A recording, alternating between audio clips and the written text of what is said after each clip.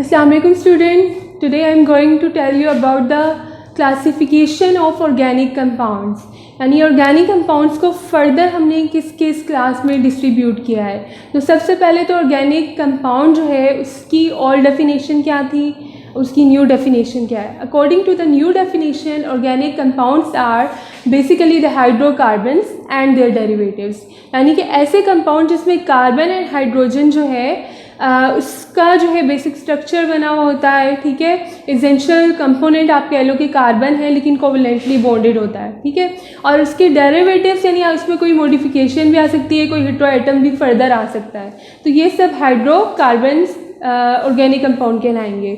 जबकि अगर आप ऑल डेफिनेशन की बात करते हैं तो वो सिंपल डेफिनेशन ये थी कि all those compound which are derived either from the plants और फ्रॉम द एनिमल्स, यानी ऐसे तमाम कंपाउंड जो हम एनिमल्स से या फिर प्लांट्स से डिराइव करते हैं, हासिल करते हैं, वो तमाम क्या हैं, वो ऑर्गेनिक कंपाउंड्स हैं। ठीक है, but this was not the complete definition. तो हमने उसको फर्दर साइंटिस्ट ने क्या किया, उसको फर्दर मॉडिफाई कर दिया और अब हम हाइड्रोकार्बन वाली डेफिनेशन को ही कंसीडर करते हैं। ठीक है, इसकी फर्दर क्लासिफिकेशन देखते हैं। ऑर्गेनिक कंपाउंड को सबसे पहले तो हम जो डिवाइड करते हैं वो उसके चेन की बेसिस पे, उसके स्ट्रक्चर की बेसिस पे करते हैं कि वो आइदर ओपन चेन है या फिर वो रिंग है, क्लोज चेन है। ठीक है, तो ओपन चेन के यहाँ पे कुछ नेम्स और भी मेंशन हैं। Open chain, acyclic, aliphatic. ठीक है, ये तीनों टर्म्स जो हैं इक्विवेलेंट हैं, तीनों को एक ही कंपाउंड के लिए, एक ही टाइप के कंपाउंड के लिए यूज़ किया जाता है। ठीक है, ओपन चेन जैसे कि आप नाम से ही आइडिया लगा सकते हैं कि उसकी चेन जो होगी वो क्लोज नहीं होगी। ठीक है, वो बिल्कुल रिंग फॉर्म में नहीं होगा, वो बिल्कुल ओपन होगा, चाहे वो जिगजैग हो चाहे वो बिल्कुल स्ट्रेट हो। ठीक है, तो ओपन चेन में जो है आपके पास फर्दर जो क्लासिफिकेशन है वो आ जाती है सैचुरेटेड और अनसैचुरेटेड कंपाउंड्स की। ठीक है, अब ये सैचुरेटेड ऑर्गेनिक कंपाउंड्स क्या होते हैं, अनसैचुरेटेड ऑर्गेनिक कंपाउंड्स क्या होते हैं। तो saturated organic compound are those organic compound which consist of single carbon carbon bonds, यानी उसमें स्ट्रक्चर में कार्बन और कार्बन आप इसमें सिंगली बॉन्डेड होंगे तो आप कहेंगे कि वो सैचुरेटेड है। या आप ये कह सकते हैं कि कार्बन की तमाम वैलेंसीज अगर सेटिस्फाइड हैं, ठीक है, सिंगली बॉन्डेड हैं, उन पे एटम्स अटैच हैं, तो वो आपके पास सैचुरेशन में आ जाएगा। ठीक है, एक ही एटम के साथ अगर वो डबली बॉन्डेड या ट्रिपली बॉन्डेड नहीं है। तो यहाँ पे आप देख सकते हैं कि ओपन चेन की फर्दर जो क्लासिफिकेशन हो रही है सैचुरेटेड हाइड्रोकार्बन्स में, दैट इज अल्केन। साथ में उसका जेंडर फॉर्मूला भी लिख दिया गया है CnH2n+2। इसके ऊपर हम फर्दर लेक्चर्स के अंदर बात करेंगे किस तरह से आप किसी भी अल्केन को फर्दर जो है बना सकते हैं। आप कह लें कि आप जज कर सकते हैं कि अगर इतने कार्बन है, हाइड्रोजन कितने होंगे, वो इस बेसिस पे होगा। ठीक है, द नेक्स्ट इज, ठीक है, इसके की पॉइंट्स लिख दिए हैं कि all carbon single single bonds और नीचे उसकी एग्जाम्पल दे दिए हैं। आप यहाँ मीथेन देख सकते हैं। ठीक है, हाँ, आप कार्बन कार्बन के दरमियान सिंगल बॉन्ड आपको दिख रही होगी, ये इथेन है। देन फर्दर चलते हैं अनसैचुरेटेड की तरफ। तो अनसैचुरेटेड में फर्दर दो तरह की आपके पास टाइप्स आ जाती हैं, एक अल्कीन है and the next one is alkane. Alkene जो है वो तमाम आपके पास हाइड्रोकार्बन्स हैं जिनमें कम से कम एक डबल बॉन्ड मौजूद हो। ठीक है, और अल्काइन वो तमाम हाइड्रोकार्बन हैं जिनमें कम से कम एक ट्रिपल बॉन्ड मौजूद हो। यहाँ पे एग्जाम्पल में मैंने शो कर दिया है। ठीक है, ये प्रोपीन एंड इथीन। ठीक है, इसमें आप देख सकते हैं कि टोटल 3 कार्बन्स हैं, लेकिन बॉन्ड जो है डबल आपको एक ही दिख रही है इन 2 कार्बन्स के दरमियान, यहाँ पे सिंगल बॉन्ड है। तो अगर एक भी डबल बॉन्ड आ गई तो वो जो होगा वो किस कैटेगरी में आएगा, वो आपके अल्कीन्स की कैटेगरी में आएगा, अनसैचुरेटेड कंपाउंड की कैटेगरी में आएगा। ठीक है, इसी तरह इसको जो है देख लें, इसमें आपके पास ट्रिपल बॉन्ड का होना, कम से कम एक ट्रिपल बॉन्ड का होना ज़रूरी है, एक से ज़्यादा भी हो सकता है, फिर वो डायआइन हो जाएगा। ठीक है, तो ये आपके पास इथाइन एंड प्रोपाइन। एंड आप ये भी देख सकते हैं कि इसकी नेम जो है, ठीक है, नाम के अंदर भी चेंजेस आ रहे हैं। अगर तो वो सैचुरेटेड है तो आप जो उसमें प्रीफिक्स यूज़ करें दैट इज़ एन, ANE। तो जितने भी अल्केन्स होंगे वो आखिर में उनके नाम के साथ ANE आ रहा होगा, लाइक मीथेन, ठीक है, प्रोपेन, ब्यूटेन। बिल्कुल ऐसे ही डबल बॉन्डेड के साथ ईन आ रहा है अल्कीन। ठीक है, तो इसमें ethene, propane, butane and with the name of alkynes YNE, आइन आएगा। ठीक है, तो ये तो होगी क्लासिफिकेशन ओपन चेन एसाइक्लिक या फिर एलिफैटिक कंपाउंड की। अब बात करते हैं क्लोज चेन कंपाउंड्स की, ठीक है। तो क्लोज चेन कंपाउंड को आप साइक्लिक भी कहते हैं क्योंकि इसमें रिंग फॉर्म आ रही है, ठीक है, साइक्लाइज हो रहा है, वो पहले एटम से स्टार्ट अगर आप ले रही हैं तो इलेक्ट्रॉन्स रिवॉल्व होके दोबारा उस एटम तक पहुंच जाते हैं, ठीक है, कनेक्टेड है क्लोज फॉर्म में, ठीक है। तो आप इसको क्लोज चेन या साइक्लिक कंपाउंड कहेंगे, यानी कि इसमें जो है आपके पास साइकिल होनी चाहिए या रिंग कह लें, रिंग फॉर्मेशन का होना ज़रूरी है। इसकी फर्दर जो डिवीजन हुई है वो किस में हुई हुई है, हेट्रोसाइक्लिक कंपाउंड, ठीक है, एंड होमोसाइक्लिक कंपाउंड। हेट्रो जो वर्ड है, हेट्रो वर्ड का क्या मीनिंग है, डिफरेंट, ठीक है। हेट्रो मीन्स मुख्तलिफ, डिफरेंट। तो इसमें क्या है कि आपके पास जो चेन बनी हुई होगी, अगर उसमें कोई भी जो है ऑड एटम आ रहा है, ठीक है, other than carbon and hydrogen. Normally chain hydrocarbons में किसकी होगी, हाइड्रोकार्बन की डेफिनेशन ही बता रही है कि they are compose of hydrogen and carbon, ठीक है। तो हाइड्रोकार्बन कंपाउंड्स के अंदर अगर कोई भी हेट्रो एटम, कोई मुख्तलिफ atom like oxygen, nitrogen, sulphur आ जाता है तो वो इस कैटेगरी में आ जाएंगे हेट्रोसाइक्लिक कंपाउंड्स में, ठीक है। तो आपके पास ज़्यादातर जो है अल्कलॉइड्स वगैरह में ये चीज़ आ जाती है, ठीक है, ड्रग्स वगैरह लाइक जैसे मॉर्फिन है, ठीक है, और भी कंपाउंड्स होते हैं बायोलॉजिकल कंपाउंड्स, तो उसमें हेट्रो एटम्स आ जाता है तो वो आपके हेट्रोसाइक्लिक कंपाउंड्स में आते हैं। यानी ये जो साइकिल बनी हुई है, जो रिंग फॉर्म हो रही है, इस रिंग का पार्ट अगर कोई हेट्रो एटम है तो वो हेट्रोसाइक्लिक कंपाउंड है, ठीक है।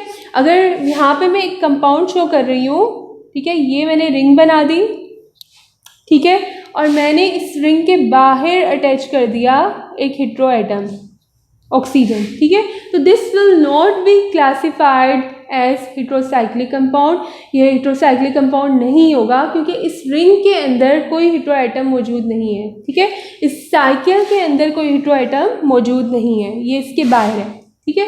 तो जब रिंग के अंदर इंसर्ट होगा एटम तो आपने तब उसको as a hetero atom, heterocyclic compound consider करना है, ठीक है।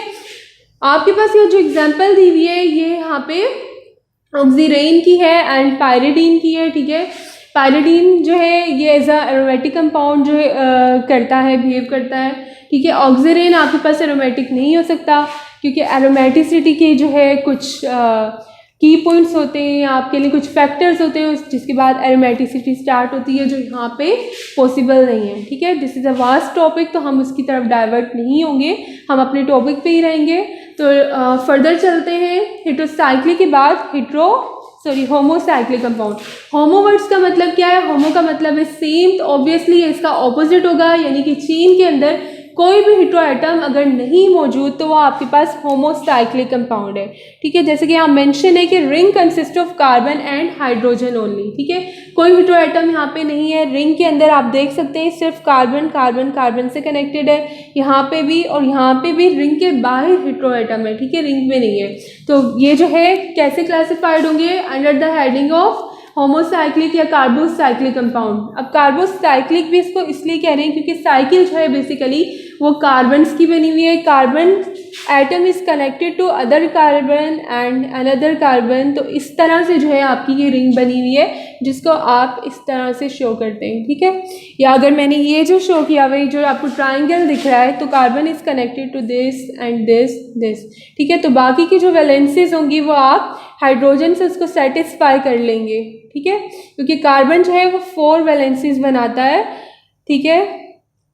तो 4 से कम जो है यहाँ पे बॉन्ड्स नहीं होनी चाहिए। अब मैं यहाँ पे हाइड्रोजन शो नहीं कर रही, ठीक है, यहाँ हाइड्रोजन अटैच्ड है, ठीक है ना। तो बेसिकली अगर आपके पास ये जो चेन बनी हुई है सिर्फ कार्बन एटम्स की बनी हुई है तो वो क्या कंसीडर होगा, वो कार्बोसाइक्लिक या फिर होमोसाइक्लिक कंसीडर होगा। होमोसाइक्लिक की फर्दर जो डिवीजन हुई है वो किसमें हुई हुई है, aromatic and non aromatic compound में, यानी कि आप कह सकते हैं कि acyclic, non benzenoid and aromatic या फिर बेंजीनोइड कंपाउंड, ठीक है।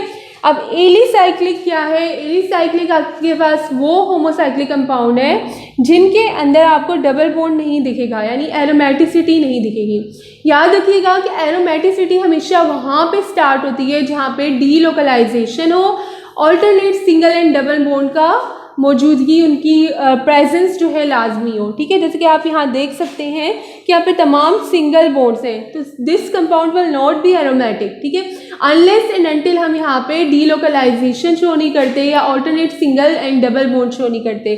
जैसे कि आप यहाँ पे मैं बेंजीन जो एक एरोमेटिक कंपाउंड है, ठीक है, उसका स्ट्रक्चर यहाँ पे बना रही हूँ। दीज पॉइंट्स आर कार्बन, ठीक है, ये हम कार्बन को शो नहीं करते अपनी कन्वीनियंस के लिए कि अगर हम हर कार्बन को शो कर रहे होंगे जैसे यहाँ मैंने किया है तो स्ट्रक्चर थोड़ा सा वियर्ड हो जाएगा, ठीक है। लेकिन मैं यहाँ आपकी कन्वीनियंस के लिए करके दिखा देती हूँ कि इस रिंग के अंदर कार्बन मौजूद होते हैं जो हम इस तरह से शो करते हैं। अगर ये Cl हटा दें तो ये ऊपर का जो रिंग है, ठीक है, दिस पोर्शन इज बेंजीन, ठीक है। तो बेंजीन जो है एरोमेटिक कंपाउंड है, एरोमेटिसिटी होती है इसमें, क्यों? क्योंकि एक डबल बॉन्ड, ठीक है, फिर एक सिंगल बॉन्ड, फिर डबल बॉन्ड, फिर सिंगल बॉन्ड। तो ये जो alternate single and double bond है और ये एक प्लेनर कंपाउंड भी है, ठीक है, हकल रूल को भी फॉलो करता है, ठीक है। तो इसलिए इसमें क्या हो रही है, डीलोकलाइजेशन हो रही है, यानी कि मूवमेंट ऑफ इलेक्ट्रॉन हो रही है। ये बॉन्ड यहाँ से यहाँ शिफ्ट कर सकता है, ये यहाँ से यहाँ आ सकता है, ये यहाँ से यहाँ आ सकता है। तो जहाँ डबल था वहाँ सिंगल आ जाएगा, जहाँ सिंगल है वहाँ डबल। तो इसमें एक मूवमेंट चल रही है इलेक्ट्रॉन की। जब इलेक्ट्रॉन की मूवमेंट यहाँ चलेगी तो ऑब्वियसली यहाँ पे कुछ मैग्नेटिक फील्ड, ठीक है, इलेक्ट्रिक फील्ड वो यहाँ पे इन्वॉल्व हो जाएंगी, ठीक है। उसकी वजह से इसमें आ जाती है एरोमेटिसिटी। तो हम ऐसे कंपाउंड को एरोमेटिक कहते हैं। और एरोमेटिक जो है बेसिकली एरोमा से निकला है, जिसका मतलब खुशबू है, ठीक है। तो इन कंपाउंड्स के अंदर जिस भी चीज़ में एरोमेटिक कंपाउंड मौजूद हो उसमें कोई ख़ास एरोमा होता है, ठीक है, एक स्मेल होती है। तो जितने भी आपके पास ऑयल्स वगैरह आप यूज़ करते हैं, ठीक है, तो वो जो है उनके अंदर एरोमेटिक कंपाउंड होते हैं, जो आप कह सकते हैं कि एरोमेटिक अरोमा वाले ऑयल्स होते हैं, ठीक है। तो उनमें आपके पास ये एरोमेटिक कंपाउंड की प्रेजेंस होती है, ये प्रेजेंट होते हैं, जिसकी वजह से वो एरोमा आ रहा होता है। यानी यू कैन जज it by the smell of the compound, ठीक है। अच्छा जी, एरोमेटिक ही हो गया, यानी एरोमेटिक कंपाउंड वो होंगे जिनमें कम से कम एक बेंजीन रिंग, आपको ये रिंग नज़र आ रही होगी, चाहे उसके अलावा कुछ भी कंपाउंड बना हुआ है तो आप उसको एरोमेटिक ही कंसीडर करेंगे अगर उसमें सिंगल बेंजीन रिंग है, ठीक है। एक से ज़्यादा भी हो सकती हैं लेकिन कम से कम एक मौजूद हो, ठीक है। एलिसाइक्लिक में आपके पास बेंजीन फॉर्मेशन नहीं होगी, ठीक है, इसलिए इसको नॉन बेंजीनोइड भी कहते हैं कि नो बेंजीन जो है ग्रुप इज़ देयर, ठीक है, do not contain benzene ring. और जो रिंग्स होंगी उसमें आपको डीलोकलाइजेशन नहीं दिखेगी, यानी कि सिंगल बॉन्ड होंगी, alternate single and double bond नहीं होगी, ठीक है। तो यहाँ पे जो है मैंने इनके नेम्स भी मेंशन कर दिए एंड द जनरल फार्मूला जिससे आप इसको डिराइव कर सकते हैं, आप जो है जज कर सकते हैं कि किस तरह का, कितने कार्बन्स होंगे, कितने हाइड्रोजन होंगे, स्ट्रक्चर किस तरह का हो सकता है, ठीक है। So this was all about today's lecture. इसमें कोई भी कन्फ्यूजन हो तो आप कमेंट में ज़रूर बताएं, ज़रूर पूछें, और जब तक कि आपकी कन्फ्यूजन क्लियर ना हो, ठीक है, आपने कमेंट करते रहना है, पूछते रहना है, ठीक है, और अपने कॉन्सेप्ट्स को क्लियर करते रहना है। मिलते हैं एक नई वीडियो के साथ, तब तक के लिए अल्लाह हाफिज़।